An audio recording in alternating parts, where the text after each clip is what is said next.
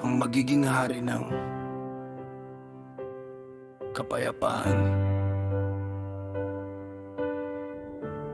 Ngunit hindi na muling magdilim ang lupa ng mga pinaghaharian. Noong una'y pinahiya ang lupain ng Zebulun at Neftali. Ngunit sa dakong huli, paparangalan ng kahabaan ng dagat, ang kabilang ibayo ng Jordan at ang Galilea ng mga Hentil. Ang bayang nasa kadiliman ay nakakita ng malaking liwanag. Liwanag ang tumanglaw sa mga nasa dakong liblib at mailap na pook. Pinarami mo ang iyong bansa at binigyan ng malaking kagalakan. Nagagalak sila sa harap mo, tulad ng kagaldakang nadarama sa pag-aani, tulad ng tuwa ng mga mandirigma sa paghahati ng samsam. Sapagkat winakasan mo ang pagkaalipin nila, pinutol mo ang pamatok na nakapatong sa kanilang mga balikat, at ang pamalo ng tagapagpahirap tulad noong araw ng hukbo ni Midian. Ang mga sapatos ng mga mandirigma at ang kanilang mga damit na nilublob sa dugo ay susunugin at magiging apoy.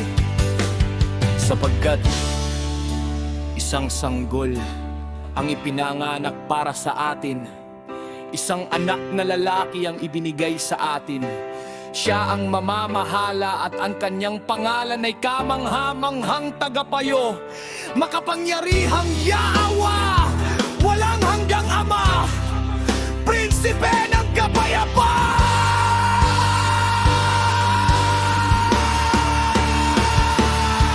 Walang hanggan ang kanyang paghahari at kapayapaan. Pamumunuan niya ang trono ni David at ang kanyang kaharian. Itatatag niya ito at pairalin ng katarungan at katwigan mula ngayon at magpakailanman. Isasagawa ito ng makapangyarihang Yahweh! Ang paghuhukom laban sa Israel.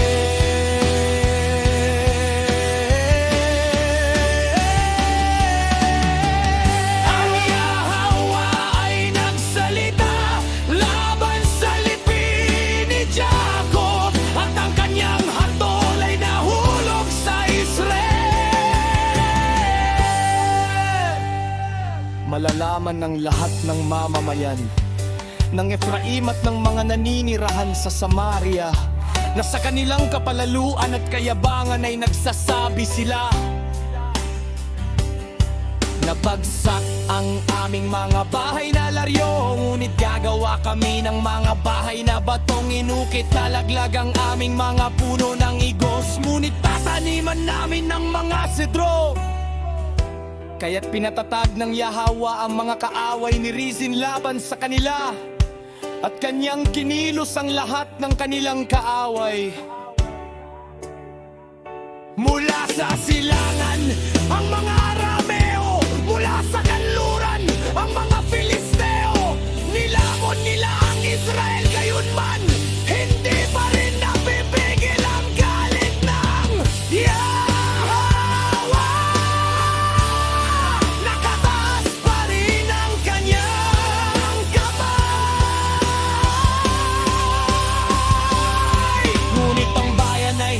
Nagbalik loob sa kanya na sumakit sa kanila, at hindi hinanap ang Yahweh na pagpangyarihan sa lahat.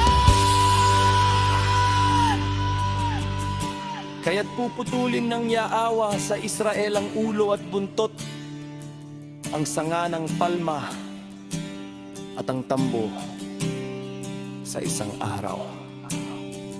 Ang matanda at ang marangal ay ang ulo, ang propetang nagtuturo ng kasinungalingan ang siyang bunto. Ang mga pinuno ng bayang ito ang nagtulak sa kanila upang maligaw, at ang mga pinamumunuan ay napariwara. Kaya't hindi kalulugdan ng Yahweh ang kanilang mga binata,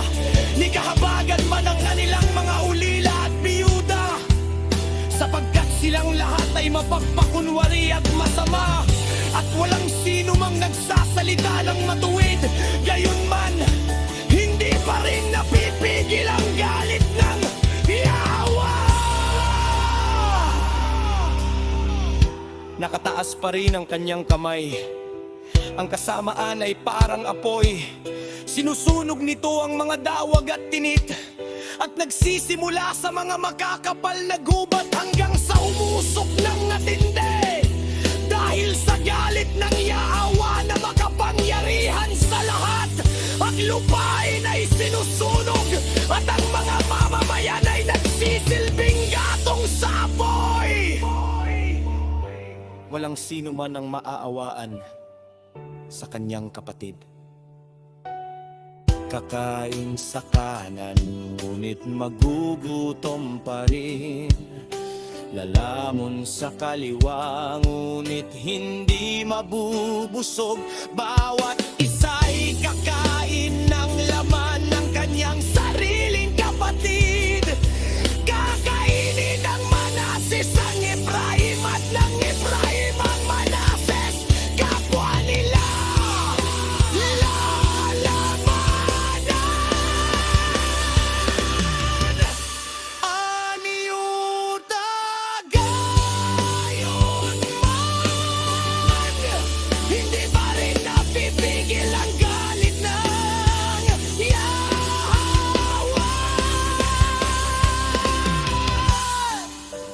nakataas pa rin ang kanyang kamay.